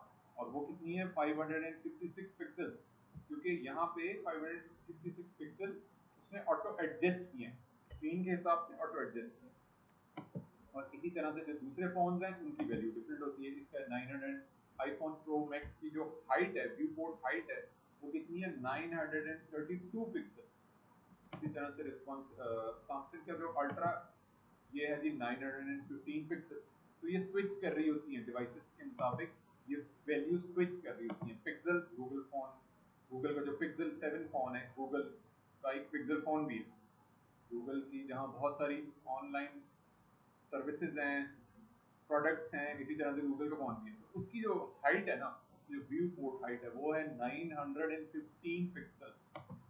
इसी तरह से वापस स्विच बैक करते हैं जी हम आईपैड। हाँ, जैसे ये भी है आईपैड, और ये मैंने आप लोगों से पहले भी वीडियो में बताया कि जो आईपैड का पोर्ट्रेट व्यू होता है ना, तो उसकी विड्थ होती है 768 पिक्सल, और मल्टीप्लाइड बाय 1024 का मतलब है कि जब आईपैड को आपने कोई गेम वगैरह खेलना हो तो आप उसको लैंडस्केप व्यू में लेके जाते हैं तो उसकी जो विड्थ हो जाएगी वो चेंज हो जाएगी up to 1024 1024 pixel. Media query के लिए इन चीज़ों को आप लोगों को समझना, ग्राफ में रखना है, लाजमी रखना है। ये बहुत बेसिक कॉन्सेप्ट आप लोगों के इसी इसी पॉइंट से क्लियर होंगे, तभी आप मीडिया क्यूरीज लिख पाओगे उसी के अकॉर्डिंग, उसी के अकॉर्डिंग आप मीडिया क्यूरीज लिख पाओगे। अब मैंने क्या किया, इसको हाइट को मैंने चेंज कर दिया, अब मैंने ओवरराइड करवा दिया इसकी जो हाइट है, इसको मैंने ओवरराइड करवा दिया फॉर माई फोन। और मैंने क्या किया, उसको हाइट को ऑटो करवा दिया, ऑटो। और व्यू पोर्ट हाइट की बजाय अब वो ऑटो हाइट है। ऑटो हाइट का क्या मतलब है? ऑटो हाइट का मतलब ये है कि इसके सेक्शन के अंदर जितने एलिमेंट्स आ रहे हैं, राइट नाउ एक टाइटल आ रहा है, डिस्क्रिप्शन है, कॉल टू एक्शन बटन है, उसके अकॉर्डिंगली हाइट एडजस्ट होगी, उसके अकॉर्डिंगली हाइट एडजस्ट होगी as per the inner element, child element, the parent element get cover the height accordingly. जैसे राइट नाउ इसकी एक स्पेसिफिक हाइट बन रही है, discover new level of taste, ये टेक्स्ट लिखा हुआ आप देख रहे हो, इसकी एक हाइट कंज्यूम हो रही है with in this section tag. और इस सेक्शन टैग के टॉप से पैडिंग कितनी आ रही है? 5 आ रही है। ये भी इंटरनल हाइट के लिए बनाया हुआ है, इंटरनल हाइट के लिए ये भी यूज हुआ है। इसी तरह से इसको अगर मैं बॉटम से यहाँ पे देखूँ तो यहाँ पे भी एक हाइट आ रही है, स्पेसिंग आ रही है, ठीक है, 2.5। तो वो एक हाइट जनरेट हो रही है, उसकी ऑटो जनरेटेड हाइट बन रही है। इसी तरह से टाइटल के बाद अगर मैं यहाँ पे देखूँ तो ये डिस्क्रिप्शन लिखी हुई है, ये भी एक जगह कंज्यूम हो रही है। अब जिसकी सी बात है, कम एंड हीट, उसका फॉन्ट साइज है, उसका टॉप बॉटम से स्पेसिंग है, इसका स्ट्रक्चर है, तो वो एक कंज्यूम हो रही है जगह स्पेस के अंदर। सेक्शन के जो टैग है उसके अंदर स्पेस के अंदर वो जगह कंज्यूम हो रही है। इसी तरह से आपका जो कॉल टू एक्शन का बटन है, शो मेन्यू का कॉल टू एक्शन का जो बटन है, CTA का बटन भी बोलते हैं इसको, CTA call to action, show more, show menu, etcetera etcetera button, call to action button. इसके क्लिक के ऊपर हम यूजर को कोई चीज परचेज करवाना चाह रहे हैं, कोई मेन्यू, यहाँ इस केस में हम उस रेस्टोरेंट का मेन्यू डिस्प्ले करवाना चाह रहे हैं, तो उस पेज पे हम रीडायरेक्ट कर सकते हैं, पॉपअप ओपन कर सकते हैं, PDF डाउनलोड करवा सकते हैं, ये तमाम पॉसिबिलिटीज बता रहा हूँ। तो वो क्या है, उस बटन की भी एक स्पेसिफिक स्पेस है, वो कंज्यूम हो रही है with in this section tab, with in this section. अब मैंने क्या करना है जी, इसकी जो प्लेसमेंट है ना, जैसे मैंने इसकी प्लेसमेंट अपडेट की है और पैडिंग मैंने रिमूव करके मीडिया की लिखी मैंने, और ये पैडिंग रिमूव की। इसी तरह से मैंने इसको भी स्पेस जो है ना यहाँ पैरेलल इसके लाइन करवाना है फॉर फोन। ये सारे का सारा काम मैं फोन के लिए कर रहा हूँ, डेस्कटॉप पे मेरा व्यू चेंज नहीं हो रहा, वो एज इट इज है। मीडिया क्यूरी लिखने का बेनिफिट यही होता है कि आपका जो अ, बाकी ऊपर जहाँ पे आप स्क्रीन रेजोल्यूशन पे देख रहे होते हो ना स्ट्रक्चर लेआउट को, वो खराब नहीं हो रहा होता, डिस्टर्ब नहीं हो रहा होता, बल्कि स्पेसिफिकली आप उसी डिवाइस को टारगेट कर रहे होते हो जहाँ पे आपने जिसके लिए, जैसे राइट नाउ मैं फोकस करना चाह रहा हूँ फॉर फोन, तो मैंने उसी के अकॉर्डिंगली ही सारी मीडिया क्यूरी में लिख रहा हूँ। बाकी रेस्ट ऑफ द कोड मेरा सेफ है, ठीक है, बिल्कुल प्रॉपर है, अप्रोप्रिएट है, खराब नहीं हो रहा, कोई चीज़ ब्रेक नहीं कर रही, एक अच्छा डिजाइन जैसे मैंने बनाया हुआ है वैसे का वैसे ही, कोई चीज ब्रेक नहीं हो रही। तो ये बेनिफिट है media queries, very powerful feature of CSS, media queries very powerful. और इस वक्त राइट नाउ जैसे मैंने आपको बताया कि ज्यादा ट्रैफिक हम जनरेट कर रहे होते हैं फोन के ऊपर, तो ये कॉन्सेप्ट आपको वेबसाइट डेवलपमेंट करने में स्टार्टिंग में, जो जिसको हम प्रोटोटाइपिंग भी बोलते हैं, HTML प्रोटोटाइप्स, जब हम HTML प्रोटोटाइप्स बना रहे होते हैं तो उसमें यही कॉन्सेप्ट हम यूज कर रहे होते हैं कि मैक्सिमम हम अपने लेआउट को रॉक सॉलिड बना रहे होते हैं, टेम्पलेट बनाना, टेम्पलेटिंग भी बोलते हैं इसको, लेआउट बनाना, टेम्पलेट बनाना, स्ट्रक्चर डेवलप करना। इसका ये बेनिफिट होता है कि जब हम एक लेआउट, एक टेम्पलेट, एक स्ट्रक्चर फाइनलाइज कर लेते हैं फॉर द फोन, जैसे मैं right now for the phone इस चीज को सेटल कर रहा हूँ, तो रेस्ट ऑफ द जितना भी मैं पेजेस बनाऊंगा, मैं कोई अबाउट अस का पेज बना रहा हूँ, मैं प्रोडक्ट लिस्टिंग का पेज बना रहा हूँ, मैं प्रोडक्ट डिटेल का पेज बना रहा हूँ, तो मेरा जो ये वाला कोड है ना, ये मुझे हेल्प आउट करेगा उधर भी। टेम्पलेट बनाते हो आप, उसी के ऊपर वेबसाइट के डिफरेंट पेजेस रन कर रहे होते हैं। 50 पेजेस हैं, 1000 पेजेस हैं, 2 पेजेस हैं, एक पेज है, इसी टेम्पलेट के ऊपर बेस कर रहा होता है जो आप बेस टेम्पलेट बना रहे हो। इसको मैं बेस टेम्पलेटिंग का, बॉयलर प्लेट का भी कॉन्सेप्ट कह सकता हूँ। मैंने स्टार्टिंग में बताया भी था आपको कि जब हम अपना पेज क्रिएट करने लगते हैं तो एक हमें बॉयलर प्लेट की जरूरत होती है। रेडीमेड टेम्पलेट है, उसको हमने यूज किया और उसके ऊपर हमने ये काम शुरू कर दिया, और बाकी सेक्शन टू सेक्शन, हेडर का एलिमेंट, फुटर का टैग, फॉर्म का टैग, उसके साथ साथ हम आर्टिकल का टैग यूज कर रहे हैं, उसके साथ साथ हम यूएल एलआई का टैग हम यूज कर रहे हैं, नैप का टैग हम यूज कर रहे हैं। तो ये सारे के सारे एचटीएमएल के टैग हमें इनकॉर्पोरेट करते चले गए as per hour design requirement. तो यहाँ पे जाके जी मैंने इसकी प्लेसमेंट अपडेट करनी है, इस वाले एलिमेंट की।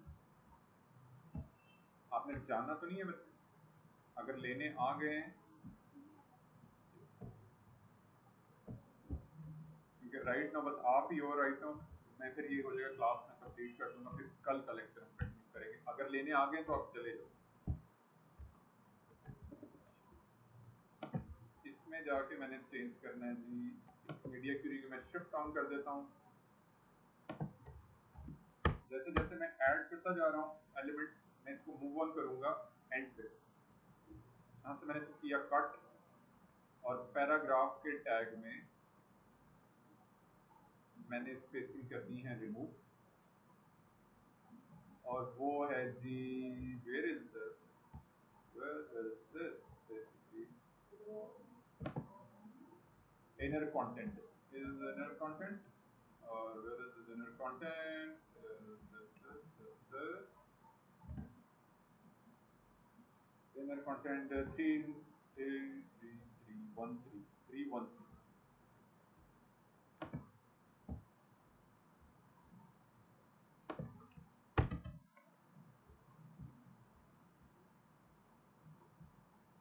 ये पैडिंग अब रिमूव कर देनी है मैंने, और इसकी जगह मैंने कर देना है पैडिंग को 0। यहाँ से मैंने किया इसको कट,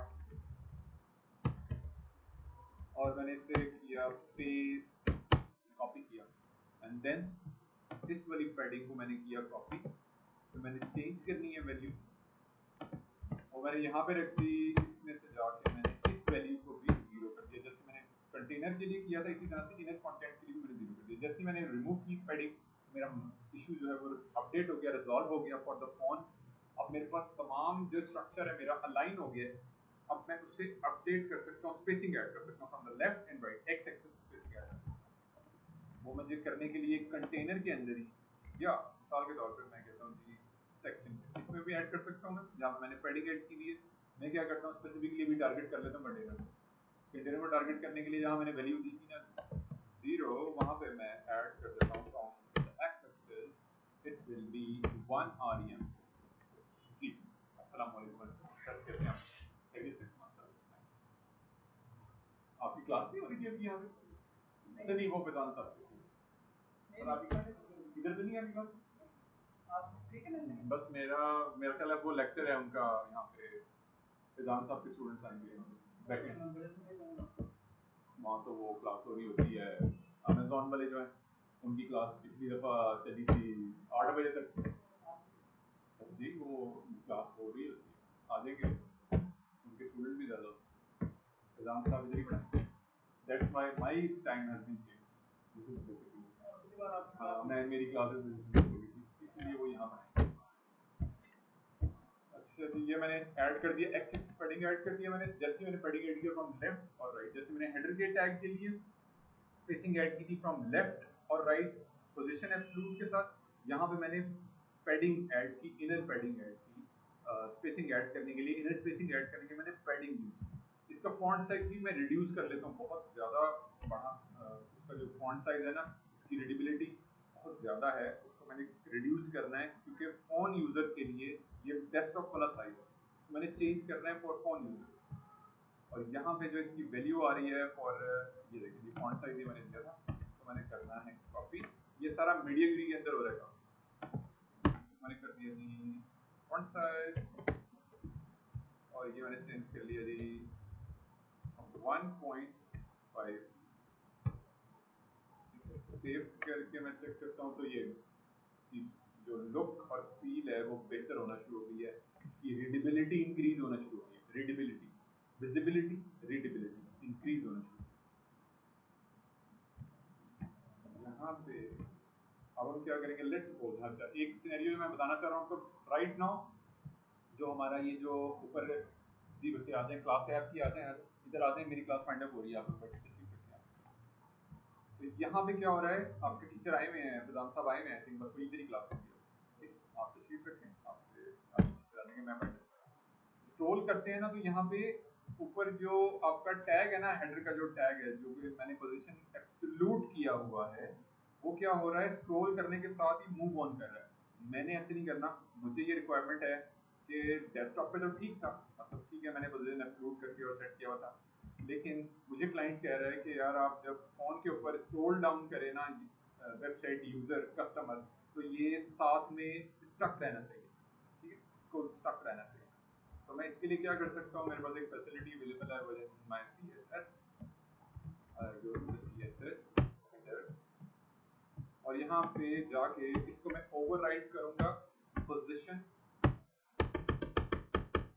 फिक्स सेव, और इसका ये बेनिफिट हो जाएगा कि जो मेरा टैग है ना, इसका कौन सा वाला टैग है जी, मेरा हेडर का जो टैग है, मेरा हेडर का टैग क्या हो जाएगा, अब फिक्स रहेगा with my screen.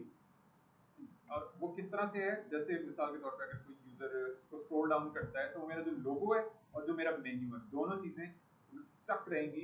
Usability, user experience और user interface, usability point of view से ये चीज हाईली रिकमेंडेड है कि अगर आपका कस्टमर आपकी वेबसाइट को स्क्रॉल कर रहा है, तो आपने उसको मैक्सिमम कंट्रोल देना होता है, और मैक्सिमम कंट्रोल देने के लिए आपके पास क्या फैसिलिटी अवेलेबल है with in your CSS, it is a property called position fix, जो आप यूज कर रहे हो इस केस में, राइट नाउ मेरे केस में, क्योंकि मुझे क्लाइंट ने कहा है कि यार आपने वेबसाइट बना दी, इट इज गुड, डेस्कटॉप पे परफेक्ट लग रही है, फोन पे जबरदस्त हो गया काम, अच्छा हो गया, सेक्शन की बात कर रहा हूँ, फर्स्ट सेक्शन की, बाकी रेस्ट ऑफ द थिंग्स मैंने सेट करनी है। लेकिन मैं अगर स्पेसिफिकली दो एलिमेंट्स की बात करूँ राइट नाउ, एक मेरा हेडर का एलिमेंट और मेरा एक इंट्रो सेक्शन का एलिमेंट, वो दोनों चीजें यूजर एक्सपीरियंस और user interface point of view से बेहतर यूजिबिलिटी, बेहतर एक्सपीरियंस देने के लिए क्लाइंट को, कस्टमर को, उसके लिए मुझे पोजीशन फिक्स का इस्तेमाल करना है। क्यों, मुझे मुझे रिक्वायरमेंट दे दी है मेरे क्लाइंट ने, जिसके लिए मैं काम कर रहा हूँ, जिसके लिए मैं ये वेबसाइट बना रहा हूँ, या मैं अपनी प्रोडक्ट बना रहा हूँ, या मैं किसी कंपनी में एज अ डेवलपर जॉब कर रहा हूँ, तो मेरे पास एक फैसिलिटी अवेलेबल है, मेरे पास एक कोर कॉन्सेप्ट अवेलेबल है कि मैं पोजीशन एब्सोल्यूट को चेंज कर सकता हूँ पोजीशन फिक्स के साथ। पोजीशन फिक्स क्या करता है, आपके एलिमेंट को, स्पेसिफिकली आपके एलिमेंट को स्टक कर देता है। आप स्क्रॉल करके कहीं भी मूव ऑन करोगे, आपने जनरली देखा होगा क्या चीज है होती है जी, यहाँ पे चलते हैं जी हम वेबसाइट के ऊपर, और वेबसाइट का नाम है,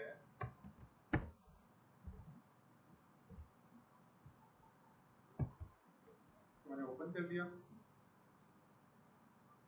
यहाँ पे आ रहा है जी एक अदद, ये गो हाई लेवल में बनी हुई, ठीक है, GHL में बनी हुई है, गो हाई लेवल का नाम मैं पहले भी एक दफा देखता हूँ, इसको भी जहन नशीन करना शुरू करें इन चीजों को, क्योंकि अब से ऑनवर्ड्स आप लोगों ने ये काम, जी सर, अस्सलाम वालेकुम सर, कैसे हैं आप, खैरियत से, ठीक ठाक सर, आपकी क्लास उधर हो जाएगी, ठीक है, बड़े रूम में, यहाँ पे सर की क्लास हो जाएगी। अच्छा जी, ये मैंने क्या किया जी, इसको मैंने चेंज किया, इसका मैंने व्यू चेंज कर दिया, और यहाँ पे आके फोन के ऊपर एग्जांपल देने के लिए बता रहा हूँ कि ये जो आप देख रहे हो ना, चैट का जो बबल बना हुआ है यहाँ पे, चैट सपोर्ट भी एक बोलते हैं इसको, चैट बबल भी कहते हैं, और इस वेबसाइट पे कोई पेशेंट आ रहा है, कोई क्लाइंट आ रहा है, तो कोई क्वेश्चन है दिमाग में कि यार मैं ये पूछ लूँ, ये चीज़ इनसे पूछ लूँ कि भाई ये फैसिलिटी प्रोवाइड कर रहे हैं, ये सर्विसेज प्रोवाइड कर रहे हैं, एक्सेट्रा एक्सेट्रा। तो user experience, user interface point of view से ये चीज़ इंपॉर्टेंट है कि हम इस चीज़ को पोजीशन स्टक कर दें, पोजीशन फिक्स कर दें, ये अपनी जगह पे फिक्स रहे। क्यों, क्योंकि ये वो चीज़ है, इस सारी वेबसाइट के अंदर ये वो चीज़ है जो मोस्ट इंपॉर्टेंटली हम चाह रहे हैं कि क्लाइंट के साथ हम उसको बता दें, डिलीवर कर दें, इसको एक्सप्लेन करवा दें, किसी भी टाइम वो फोन के ऊपर, अगर इस वेबसाइट को राइट ना, मैंने फोन भी उसका ओपन किया है और वो चेक करना चाह रहा है, तो उसकी यूजिबिलिटी पॉइंट ऑफ व्यू से भी ये चीज़ उसकी ग्रिप में रखी है। अगर वो फोन देख रहा है तो वो क्लिक करना भी आसान है, फोन पे आप क्लिक इजीली इस वाले आपका जो थंब होगा उससे क्लिक करके आप जो भी क्वेश्चन लिखना है आप उसके ऊपर जाकर क्वेश्चन। तो इस चीज को हम कैसे हैंडल कर रहे होते हैं via on a CSS and, जो हम वेबसाइट डेवलप कर रहे होते हैं ऑन अ सीएसएस एंड हम इस चीज को हैंडल कर रहे होते हैं यूजिंग द पोजीशन फिक्स्ड, जो कि मेरे केस में यहाँ पे मैंने की दी, यहाँ पे आपको बता भी दिया, उसका रियल टाइम सिनेरियो बता दिया। और इसी तरह से कल को क्लाइंट कह देता है कि यार ये जो है ना ये जो लोगो है और ये जो पे ऑनलाइन का बटन आ रहा है और ये जो आ रहा है, ठीक है, हमारे इसको बोलेंगे नेविगेशन हमारा जो आ रहा है, ठीक, इसको हम क्या कर दो, आप इसको कर दो फॉर फोन। एक तो यहाँ पे ये डिस्प्ले सही हो रहा है, बिल्कुल परफेक्ट है, लोगो पे ऑनलाइन का बटन और साथ में hamburger for the main navigation module, और साथ में जब ये स्क्रॉल करे ना तो जस्ट लाइक जैसे ये स्टक हुआ है तो ये भी स्टक। तो सिंपल, इसमें कोई इतनी लंबी चौड़ी साइंस नहीं है, आसान है। Inspect element and go to this and position fix, simple. ये गो हाई लेवल में है तो गो हाई लेवल में ना अपने स्ट्रक्चर फॉलो हो रहा होता है, उसके मुताबिक ही बनेगी, ठीक है। और यहाँ जाके सिंपल वे में मैंने कर देना है रन टाइम पे वेबसाइट में जाके मैंने चेंज कर देना है और पोजीशन